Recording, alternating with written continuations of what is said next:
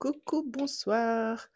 Me voici pour le débrief du Prime numéro 7, ce Prime anniversaire des 20 ans de la Starac 4.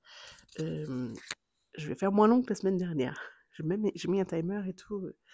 Normalement, ça va le faire. Je vais y aller prestation par prestation. Et parce que vraiment, ce Prime qui nous a été annoncé comme un petit peu le Prime des anciens, bon, c'était majoritairement les anciens de la saison 4 et des saisons 1 à 4, on va dire, mais vraiment de la saison 4, parce que c'était un petit peu le prime hommage à Grégory, appel aux dons pour le soutien de la recherche, pour l'association Grégory Le Marchal. Bon, on pouvait pas tout mettre dans ce prime. Et puis, d'un autre sens, il y a eu l'an dernier un prime des anciens qui était plutôt pas mal fait au moment de Noël, donc ça va. Je trouve que on peut entendre quelques critiques. Oui, on met Grégory à toutes les sauces, Grégory par-ci, Grégory par-là. Bon, en plus là, il y a un nouveau titre qui sort. Je trouve que pour le coup, c'est plutôt indiqué.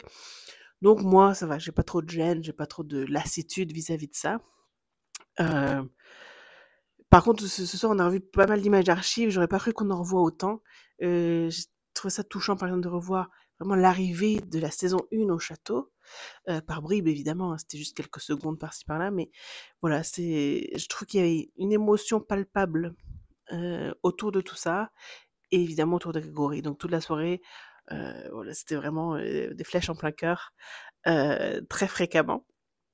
Et moi, je suis en plein dans la cible, hein, je suis vraiment la cible pour ce genre de soirée. Donc, en plus, bon, la qualité du prime, je l'ai trouvé dans l'ensemble plutôt haute. Les prestations étaient en grande majorité très réussies. Donc je pense que là, on tient l'un des primes les plus réussis de la saison. Euh, Sauf que voilà, il était partagé entre 2024 et 2004. Alors on a commencé direct avec Laissez-moi danser. Je regarde mes notes, hein, prestation par prestation, pour n'oublier personne. La semaine dernière, j'ai oublié Maureen. Si malgré tout, j'oublie encore quelqu'un, dites-le moi en commentaire. Je vous mettrai en description ce que j'ai pensé de cette presta-là. Alors, ils ont ouvert cette semaine avec Laissez-moi danser.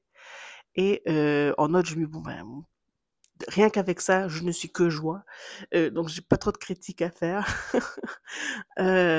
Ça fait du bien de réentendre cette chanson qui était quand même très symbolique de la Starac aussi, hein. Laissez-moi danser, laissez-moi chanter, danser en liberté. Bon, c'est vraiment la vie d'artiste que souhaitent tous les jeunes qui participent à ce type de concours. Oui, voilà, je suis aveuglée par ma joie, je ne repère aucun défaut. Les anciens qui arrivent par le haut, par la plateforme, voilà, c'était bien amené. Les voir chanter tous ensemble, impeccable. Quel plaisir de revoir Oda, euh, Sandy, même Karima et Lucie, voilà, chanter avec elle. Sébastien, un des premiers sortants de la saison 4, qu'on n'espérait même pas. Et même Sofiane et Francesca qui ont été peut-être moins absents des médias que Oda ou Sandy. Mais voilà, c'était sympa de les voir. Et ils n'ont pas trop tiré la lumière à eux, hein. C'est vrai qu'on les a vus finalement très peu dans la soirée. On les a vus sur ça et puis sur Écrit l'Histoire. Voilà, c'était sympa. Alors, ben, poursuivons. Euh, donc, on avait pas mal, voilà, j'ai noté encore, hein, il y a encore eu des images d'archives de leur saison. Voilà, je suis attrapée, moi, par tout ça. Euh, alors, Jennifer a chanté Donne-moi le temps en 2004 avec Grégory, puis ce soir avec Julie. Le tableau, la mise en scène était très très belle, la scénographie était vraiment jolie.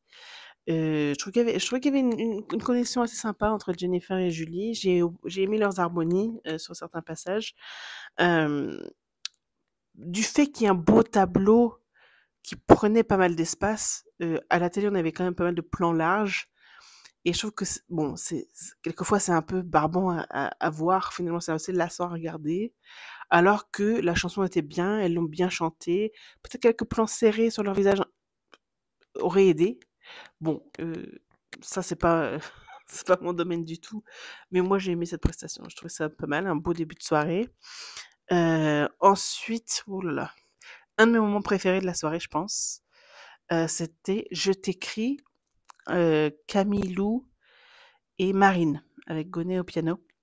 Heu, alors bon, déjà à la base cette chanson me touche beaucoup, c'est une des chansons phares de de l'album de Grégory et je sais pas à quel point je peux être objective là-dessus, mais j'ai trouvé vraiment Camilou, que je ne connaissais pas encore en tant que chanteuse, je l'ai vue bien sûr dans Cat Size là, et je la connaissais pas en tant que chanteuse, j'ai trouvé super bien.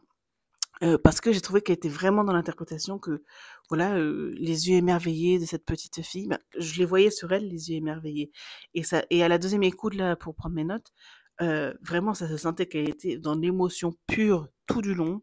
J'ai vraiment apprécié, j'ai beaucoup aimé ce que Camilo a apporté sur, cette chanson. Hem, voilà, j'ai mis son émotion crevait l'écran, vraiment, hein, on se la prenait, en pleine face.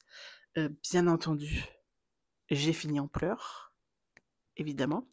Alors Marine a très, très bien chanté aussi. Hem, à la deuxième écoute, j'ai relevé quelques petits trucs, mais bon, au final, on s'en fout puisque l'émotion était là, c'était beau, le moment était puissant, voilà, c'est à peu près tout ce qui compte. La prestation suivante, pour changer un peu d'ambiance, c'était le tableau chanté, dansé, tant attendu de Ebony, sur Sweet Dreams Are Made of This, mise en scène par Kamel Wally, bien entendu. C'était fou, c'était incroyable. Visuellement, on s'est tous pris une claque. Vocalement, elle a assuré. Pour reprendre les termes de Sophia, mais quelle star! Vraiment, c'était c'était époustouflant. J'ai été époustouflée. Non, mais quand elle fait la, on la secoue vraiment, on lui fait le tour là, en la tenant par les jambes. Énormément de portée, de lâcher, et vocalement, ça ne s'entendait pas. C'est-à-dire qu'elle était au taquet, elle était parfaite sur tout. Je peux que m'incliner et je pense qu'on tient enfin, ça, c'est une prestation de gagnante. Je vais pas dire tout de suite, bon, elle va gagner. J'aimerais qu'elle gagne. Mais ouf, c'était vraiment une prestation digne de finale. C'était vraiment, vraiment enfin, incroyable. Désolée, Marlène, qui ne me regardera pas, donc tant mieux. Ensuite, on a eu le top 3. Alors, le top 3, donc de nouveau, Ebony entre en scène aussi, mais avant ça, il y a eu Franck et Charles. Bon, il y a vraiment pas eu de ratage total cette semaine. On peut pas dire qu'il y en ait vraiment l'un ou l'autre qui ait foiré sa presta. Dans l'ensemble, c'était pas mal, c'était agréable. J'ai bien aimé le magnéto aussi avant qui montrait Je suis malade un petit peu dans de nombreuses saisons de la Starac. Euh, mais j'ai noté quand même que, bon, est-ce que Franck, il avait un train à prendre, peut-être? Parce que je sais pas s'il était moins imprégné de la chanson. Je sais pas s'il la connaissait beaucoup avant. Mais je l'ai moins trouvé habité par le titre, par la chanson. Alors que c'est quand même, bon, un monument de la chanson française, hein. Là, c'est le cas de le dire. Je veux pas utiliser cette phrase de trop. Mais je pense que pour ce titre-là, on peut le dire. Et je sais pas. Bon, et j'ai pas eu ce truc avec Franck qui m'a happé, qui m'a dit ok, il est malade. Donc dès que sa prestation était finie, j'ai su que a fortiori ce serait pas pour lui. Charles, pas mal, dans le sens où il n'y a pas eu de fausseté, il ne s'est pas raté. Euh, il a il a fait des efforts d'interprétation, c'était pas encore constant, c'était pas encore voilà. Voilà, il y avait des monts et vallées dans son interprétation. Et puis, forcément, dès que Ebony a ouvert la bouche pour les premières phrases, tout de suite, on a su, enfin, pour moi, c'était clair et net. Bon, c'est vrai que cette chanson sied beaucoup à des voix de femmes, mais bon, regardez, Serge Lama, voilà, hein. Donc, voilà, j'ai trouvé la réaction d'Ebony, parce que oui, l'enjeu, c'était quand même d'être immunisé pour la semaine où il y avait le prime tournée. Donc, on sait qu'Ebony part en tournée. Je trouvais sa réaction, évidemment hyper naturelle, nature peinture, et très compréhensible. Puis les copines sur le côté, c'était Maureen, Marguerite et Julie qui étaient hyper contentes pour elle. Voilà, c'était très bon esprit. J'ai aimé voir ce moment-là.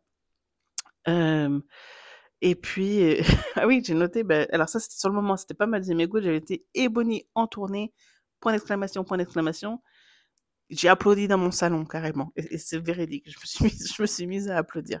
Parce que voilà, c'est un moment tellement mérité, et qui va, je pense, faire énormément d'heureux. Donc très bien. pour moi, ça pouvait pas être autrement, donc c'est tant mieux. Ensuite, le medley 2001-2004. J'ai vu que c'était beaucoup d'émotions. Moi, j'étais au spectacle. Je voulais pas trop juger, pas trop relever de critiques ou quoi que ce soit. Parce que c'était bon enfant. Je pense que le ton était plus à l'humour, particulièrement avec Harley Davidson et puis Alexia Laroche-Joubert qui se cachait sous l'un des casques et moi sous l'un des autres. Euh, et puis ACRG. ACRG, c'est clairement voilà, pour se rappeler avec fantaisie du ratage un petit peu en direct de Georges Alain. Bon, lui n'allait pas venir, c'était clair. Voilà, je trouve le clin d'œil sympa et rigolo, quoi. Voilà. Et puis, La Bamba, voilà, c'est une chanson de fête. Je me souviens qu'en 2003, c'était un hymne qui ne me plaisait pas. J'étais un peu fâchée parce que suite à la musique, puis musique, qui était vraiment très imprégné du thème musicien, chanteur, faire de la musique, et patati patata. La Bamba, je la quoi, mais qu'est-ce qu'ils nous font là? Bah là, la Bamba, c'est même pas en français, ça me plaisait pas. Je préférais beaucoup plus l'Orange du Marchand par la suite, bien que, encore une fois, ça collait pas vraiment au thème. Mais bref, ça fait quand même plaisir de revoir cette chanson-là remise en scène avec la chorégraphie. Puis Alexia Laroche-Joubert qui faisait la chorégraphie aussi. Elle a bien appris, hein. Elle connaissait Aserere aussi. Voilà, ça faisait écho justement au plan sur Alexia et Kamel qui dansaient pendant les primes de ces premières saisons-là. Donc c'était, voilà, pour les gens de ma génération, c'était vraiment un beau souvenir qui reprend vie. Donc très très sympa. Et puis évidemment, l'hommage de 2004, c'était Écrire l'histoire avec Sofiane. Je crois que le micro s'est ouvert un peu tard pour Sofiane d'ailleurs, mais un moment fort, voilà, un temps fort. Cette chanson Écrire l'histoire restée iconique à jamais. Voilà, c'était très sympa. Puis est venu le tour des nominés. Donc, j'ai vraiment essayé de faire vite hein, dans mon récap, mais s'il nous reste du temps après, bon, on parlera d'autres choses aussi.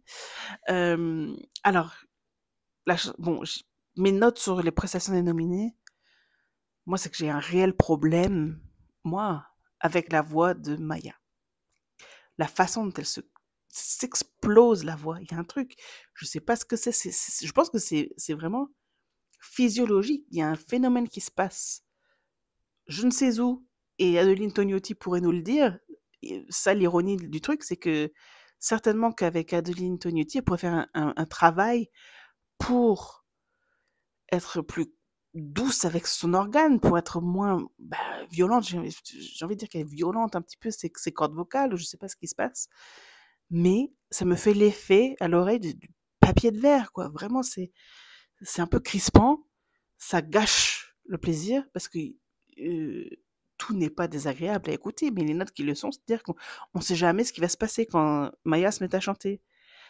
On va ok, c'est cool, c'est cool, c'est cool. Et d'un coup, vraiment. Enfin, je parle de moi. Je sais que je suis pas la seule à avoir ce ressenti. Mais j'admets que bon, pour certaines personnes, ça peut passer complètement inaperçu et que ça peut ne pas vous gêner. Donc, dans l'effort d'interprétation, dans la justesse de Maya, pour moi, oui, c'est ok qu'elle soit sauvée par les camarades, qui trouvent que ce soit une bonne presta. Je peux l'entendre. Mais par contre, je veux pas l'écouter. Avec tout le bien que je souhaite à Maya, évidemment. Ensuite, Maceo.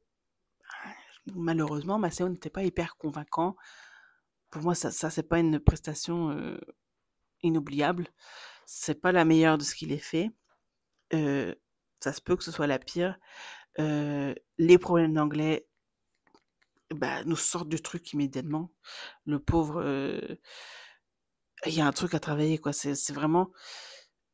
Bon, il a fait des choix en chant aussi. Des choix de faire certaines notes, d'essayer certains trucs qui n'ont pas forcément payé en sa faveur. Alors, ça se voit qu'il était encore dans l'émotion, je pense, d'avoir retrouvé Emma. Donc, il n'était pas forcément dans le meilleur des mindsets. Mais voilà, ça manquait encore d'adresse, ça manquait de plein de petites choses qui font que je pense réellement que Maceo n'était pas forcément prêt à confronter le public de TF1 chaque samedi soir, même à confronter les évaluations des profs chaque semaine, à confronter les conseils qu'il peut recevoir ou pas, les choix qu'il doit faire pour avancer, pour plaire au public. Je pense qu'il lui manquait peut-être, ouais, un peu de maturité. Il a été soulevé cette semaine qu'il n'a pas forcément fini sa mue vocale. Donc rien que ça, dans 6 mois, dans 1 an, il sera peut-être plus à même de travailler des musiques qu'il saura chanter, qu'il saura porter, qui vont nous plaire parce qu'il saura nous les «vendre» entre guillemets. C'est ce que je lui souhaite de trouver parce que Maceo, je pense que c'est quand même un musicien. C'est quelqu'un qui a une bonne oreille, c'est quelqu'un qui peut être juste, mais il faut absolument qu'il travaille ses voyelles, il faut absolument qu'il travaille son anglais, particulièrement s'il veut chanter en anglais. Rendez-vous dans quelques temps et j'espère que voilà, tout le travail qu'il peut accomplir en dehors du château va l'aider justement à gagner en niveau et à gagner en confiance et en estime de lui-même. On en vient donc à Ulysse. Bon, clairement, Ulysse a eu la meilleure chanson des 3 hein, à choisir. Bon, déjà, en général, le français, ça plaît un peu mieux, en général, quand il s'agit de solliciter des votes. Donc, c'est un avantage. Et ça lui allait comme un gant. Cette chanson lui allait très très bien. D'ailleurs, cette chanson a été chantée en 2004 sur le plateau par John. Il me semble qu'il était nominé, mais je sais plus parce qu'il y avait aussi un tableau dansé dessus malgré tout. Et ça en était très très bien sorti. Mais Ulysse, voilà, ça lui allait bien. Il était dedans, donc on était dedans. Il s'y plaisait, donc ça nous plaisait. Voilà, c'était une presta vraiment bien choisie pour lui, qui lui allait très bien. Donc du coup, ben, il s'éclate, on s'éclate aussi. Voilà. Pour moi, c'était une presta très réussie. C'était pas hyper agréable quand il faisait les notes très poussées là sur les fins de phrase à la fin de la chanson. Tout s'éclaire. Mais ça, je pense que c'est juste une histoire de gestion de micro en fait. Je pense qu'il aurait dû peut-être éloigner son micro et ce serait passé impeccable. Pour moi, c'était pas une erreur de justesse, c'était vraiment une qualité de son qui n'était pas bien rendue. Après les nominés, c'est Rock Voisine qui est revenu là de son chez lui. Alors, Rock Voisine, c'est mon tout premier amoureux, hein, à 5 ans. Hélène, c'était ma chanson. J'allais me marier avec Rock Voisine. Il était trop beau. Bah, je trouve qu'avec Marguerite, dans ce duo, je l'ai pas trouvé vraiment dans le partage. Je l'ai pas trouvé hyper généreux. Quand il aurait fallu peut-être se regarder, il fermait les yeux. Voilà, je l'ai pas trouvé très go on guy, give us nothing. Vraiment, je trouve qu'il a fait le minimum syndical. Donc voilà. Je vais se demander si on le dérangeait, quoi. Après, j'ai pas forcément compris tous les choix que Marguerite a fait. Aussi sur ses fins de phrases, là, dans ton pays loin, là-bas.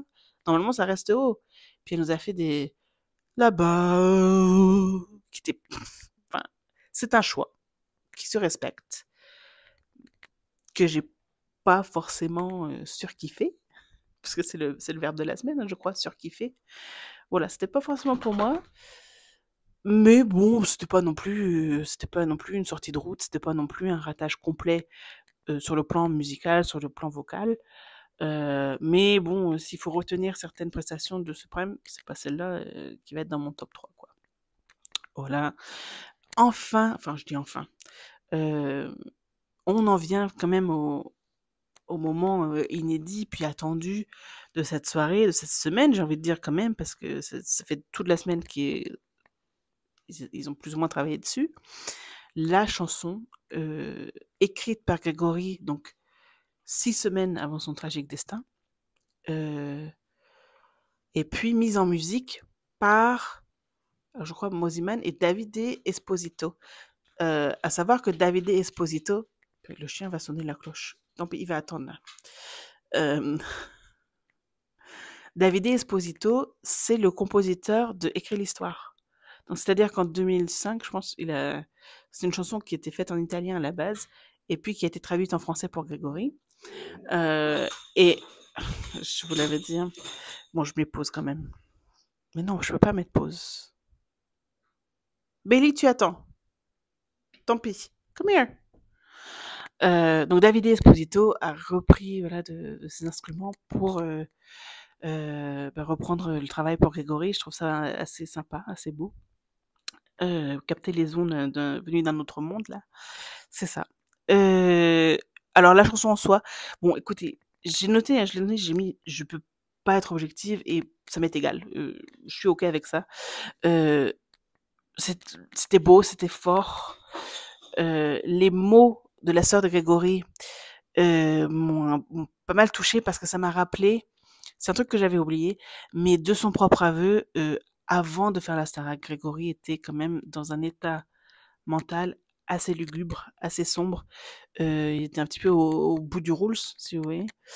Il était voilà, dans une situation un petit peu difficile, au niveau de son moral quoi et de faire la Star Academy, bah, comme elle l'a dit, ça a vraiment redonné du sens à sa vie. Ça a rallumé la flamme. Il s'est exprimé là-dessus d'ailleurs et donc c'était très sympa que enfin très sympa. C'était touchant que Leslie en reparle pour, passer cette flamme à la nouvelle génération et rappeler que son frère n'était pas qu'un malheureux malade, voilà, dans un combat constant. D'ailleurs, il n'aimait pas qu'on parle de sa vie comme d'un combat, hein. Aussi des temps très forts et très beaux et j'ai trouvé ça, voilà, super cool. Donc je vais même pas juger la prestation, moi je l'ai aimée, je tolère que certaines personnes aient des critiques sur la chanson en elle-même, mais je m'en fous. Aboyer et puis ma caravane, elle passe. J'ai acheté la chanson sur iTunes, c'est à peu près tout ce que je peux faire d'ici pour soutenir le projet.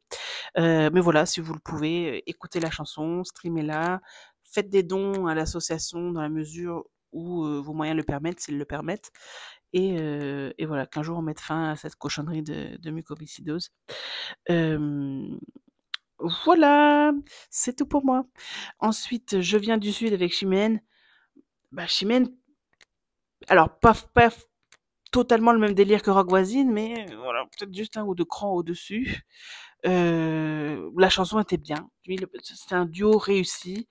Chimène s'est un peu plantée dans les paroles au début, c'était rigolo. Elle a dit d'un chant barbare, elle nous a dit du sang barbare. C'était, bon. Il était tard, tout le monde était fatigué. C'est rigolo parce que ce prime, il était à la fois très bon, très émouvant, mais aussi très long. Il était interminable. Euh, donc voilà, j'ai mis ce programme, il était beau mais long.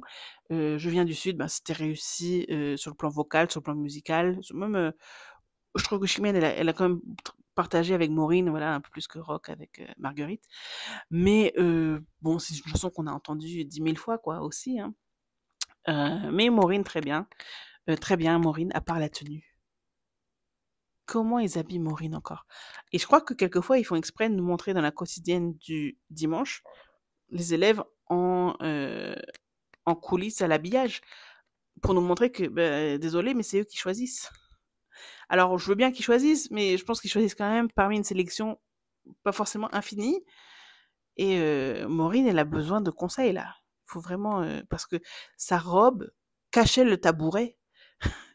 donc, donc si on louchait un peu, si on plissait les yeux, on pourrait croire que Maureen était debout, Chimène était assise, mais Maureen était debout mais un peu petite avec des proportions étranges. Cette robe-là, c'était pas possible. Pas possible. Il faut aider Maureen. Et je vous dis ça, moi je suis en pyjama là. Ça y est, j'ai sorti le pyjama de Noël, j'y suis. Mais non, ça ne l'aide pas. Ça n'aide pas son image, la pauvre. Et il y a le prime tourné la semaine prochaine. Donc il faut vraiment tout faire pour aider l'image de chacun d'entre eux. Sauf que Maureen a une belle voix qu'il faut mettre à la tournée, à mon sens. Après, bon, je vais pas dépenser de l'argent dans des cagnottes pour ça. Ça, je vous le cache pas. Donc poursuivons. C'était quelques mots d'amour. Donc les nominés en binôme avec quelqu'un de leur choix au château. Bah, bon, moi j'aime beaucoup cette chanson à la base. Je trouve que ça manquait quand même un petit peu de peps. Après, c'est peut-être aussi voilà les interprètes qui font ça. Hein. Je trouvais que le binôme à qui ça allait le mieux et qui s'en est le mieux sorti là-dessus, c'était Ulysse et Maureen. Ça m'a beaucoup plu ce qu'ils ont fait sur cette chanson. Voilà, ensuite il y a eu le petit moment émotion où, Nikos demande à chacun, des binômes de s'exprimer, au sujet du nominé qu'ils ont épaulé. Parce que c'était un meublage un petit peu pendant que, Marguerite et Charles se préparaient en coulisses à la surprise de Lucie. Je pense que c'était une surprise pour tout le public aussi, hein. On ne nous en avait pas parlé, ni en quotidienne, ni en live, on n'avait rien vu. Heu, Ma note là-dessus, enfin ce que j'ai noté, c'est que pleurer, que pleurer. Parce que ça avait été vraiment un temps fort de l'aventure de Lucie et Grégory, vraiment, et de leur histoire perso, hein, je pense aussi. Après, concernant Marguerite et Charles ce soir, bah, je vous cache pas que j'étais quand même vachement distraite par les images de Lucie et Greg de 2004 qui étaient en fond visuel derrière eux. J'ai très peu quitté du regard, ce fond-là. Vocalement, ben, bon, c'était en deçà de l'original, hein, ça, on peut pas le nier. Mais c'était correct. Encore une fois, c'était pas une prestation ratée. C'était plutôt juste et dans la voix et dans les échanges entre eux, que j'ai trouvé assez réussi. Pas simple comme exercice hein, non plus d'apprendre cette choré rapidement, en cachette, dans l'émotion du chorégraphe. Donc voilà, c'était plutôt rondement mené. Euh, Ensuite, c'est pas encore fini. Ensuite, il est full sentimental de Franck, avec Franck et Patchy. C'est une chanson de Souchon hein, à la base. Moi j'aime bien cette chanson, elle me dérange pas plus que ça, mais bon, le problème était tellement long que j'étais un petit peu à bout de patience au moment où c'est survenu. Bon, c'est quand même un plaisir de voir Patchy, qui prend pas une ride. Il a chanté sa nouvelle chanson, enfin l'une de ses nouvelles chansons, à l'after, donc si ça vous intéresse, retournez-y voir. Streamez son album sur les plateformes, il est vraiment sympa, moi j'aime beaucoup. D'ailleurs, il s'appelle Le Monde est beau, comme ce titre. Donc, si vous mettez Le Monde est beau, Patchy, vous allez trouver. Bon, Franck là-dessus, je sais pas. Mon meilleur souvenir de cette chanson à la Starac, ça reste la Starac 2, qui s'étaient accompagnés eux-mêmes de leurs instruments. Ça n'a pas été refait par la suite. Mais c'était sympa, c'était bon enfant, c'était bonne franquette, voilà, c'était rigolo.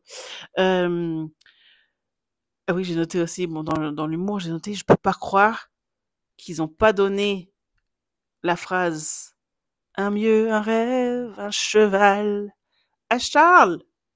Come on! Mais bon, c'est Franck qui a eu ce duo. J'ai un peu l'impression que c'était bon, on donne quoi à Franck cette semaine? Ah tiens, il y a Patchy qui va chanter. Bah tiens, on va le donner, on va mettre Franck là.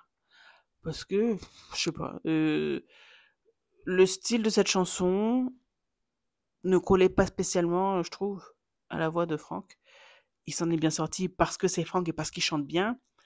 Mais encore une fois, ça lui a pas forcément donné l'occasion de toucher l'émotion des gens. Donc, je sais pas, Franck, en théorie, est très fort.